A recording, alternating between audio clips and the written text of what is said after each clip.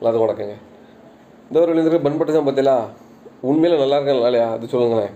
நான் போய் பார்த்துட்டேன் கேட்டீங்களா.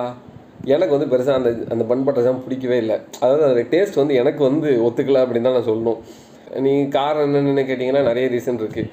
ஃபர்ஸ்ட் ஆஃப் ஆல் வந்து ரீசன் என்னென்னு வந்து பார்த்தீங்கன்னா நீங்களே சொல்லுங்கள். படம் பார்த்துருப்பீங்களா, அந்த ஸ்கூல் முடிச்சதில் வந்து காலேஜ் போகிறாங்களா, யாராவது ஒருத்தர் உண்மையிலேயே ஸ்கூல் படித்த பையன் மாதிரி இருந்தாங்களா, இல்லை காலேஜ் ஃபஸ்ட் இயர் படித்த மாதிரி தான் இருந்தாங்களா?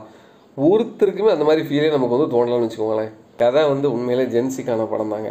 இது வந்து இப்போ இருக்கிற பசங்க ஸ்கூல் முடித்து காலேஜ் போனதுக்கப்புறம் லவ் பண்ணி அதுக்கப்புறம் லவ் ஃபெயிலியர் ஆச்சு அப்படின்னா அதுலேருந்து எப்படி அவங்க கடந்து வராங்க, எப்படி கடந்து வரணும் அப்படிங்கிறது தான் பேசிக்காக இவங்க சொல்ல வருது.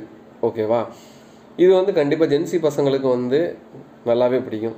ஆனால் ஓவரால் வந்து பார்த்தீங்க அப்படின்னா நிறைய விஷயங்கள் வந்து என்னடா அந்த படத்தில் வந்து பண்ண சொல்ல வரீங்க அப்படிங்கிற மாதிரி தான் எனக்குலாம் தோணுச்சு. இன்டர்வல் சீனே வந்து எனக்கு வந்து ஒரு பெரிய உண்மையிலே இதுதான் இன்டர்வலா அப்படிங்கிற மாதிரி எனக்கு வந்து தோணுச்சுன்னு வச்சுக்கோங்களேன். ஒரு விஷயம் சொல்லுங்க, பன் பட்டர் ஜாம்னு பேர் வச்சதுக்காக நீங்கள் படம் முழுக்க அந்த ஒரு பெரிய போர்டை பேக்ரவுண்டில் வச்சுக்கிட்டு இந்த ஹீரோ ஃப்ரெண்டு அண்டு நிறைய சீன்ஸ்லாம் வந்து கண்டிப்பாக அந்த போர்டு கீழே உட்காந்து சேரில் தான் பேசணும் அப்படிங்கிறதெல்லாம் வந்து நிச்சயமாக ஏற்றுக்கவே முடியல.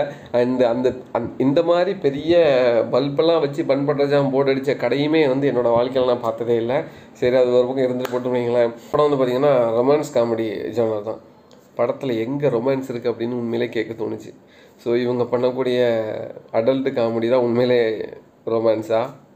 ரொமான்ஸ் முழுக்க அவங்க அடல்ட் காமெடியை மட்டும்தான் சில நேரங்களில் பேசிக்கிட்டே இருக்காங்க. இதான் உண்மையிலே ரொமான்ஸ் சொல்ல வராங்களா தெரியல நமக்கு. அடுத்து வந்து பார்த்திங்க அப்படின்னா காமெடி வந்து நிறைய ட்ரை பண்ணியிருக்காங்க. பட் உண்மையிலே எனக்கு சிரிக்க வரல. ஒரே ஒரு காமெடி மட்டும்தான் உண்மையிலே வேறு லெவலில் இருந்தது. அந்த ஹீரோயின் வந்து லவ் பண்ணுற பையன் வீட்டுக்கு வந்ததுக்கப்புறம் லவ்வரை வந்து கீசர் டெக்னீஷியனாக காமிச்சு ஒரு ட்ராமா மாதிரி பண்ணியிருப்பாங்க. வேறு லெவல் ஃபன். உண்மையிலே அந்த காமெடி வந்து நல்லா படத்தில் ஒர்க் அவுட் ஆகிருக்கு அப்படின்னு தான் சொல்லணும். ரெண்டு படத்தில் வந்து நிறைய கேரக்டர்ஸ் இருக்குது. உண்மையிலே ஏன் பண்ணியிருக்காங்க, எதுக்கு பண்ணியிருக்காங்க அப்படின்னே தெரில. சார்லி எவ்வளோ பெரிய நடிகர், எப்படி பெர்ஃபார்ம் பண்ணுவாப்புல. ஒரே ஒரு சீனில் அப்பா பையன் பேசுவாப்புல. அந்த ஒரு சீனுக்காக படம் முழுக்க அவரை வந்து சும்மாவே வந்து நடக்க வச்சு சும்மா சேரில் கால் மேலே கால் போட்டு உட்கார வச்சு தம்மை ஊதிக்கிட்டு இவ்வளோ தான் கொடுத்துருக்காங்க. அது ஒரு பக்கம் இருக்கட்டும். ஒரு சீனியர் அரியர் எடுத்த ஒரு பெரிய 25 அரியர் எடுத்த ஒரு பெரிய சீனியர்னு வச்சுக்கோங்களேன். பெரிய பில்டப்லாம் கொடுத்து காமிப்பாங்க. ஒன்றுமே இல்லை. அவருக்கு ஒரு லவ் ஸ்டோரி இருக்குது, அதையாச்சும் காமிச்சிருக்கலாம். நல்ல வேளை அது ஒரு பக்கம் காமிக்காம விட்டாங்கன்னு வச்சுக்கோங்கன்னு தோணுதுன்னு வச்சுக்கோங்களேன். இருந்தாலும் அவருக்கு ஒரு லவ் ஸ்டோரி இருக்குது. அவர் பாட்டுக்கு ஏதோ வந்துட்டு வராரு போகிறாரு.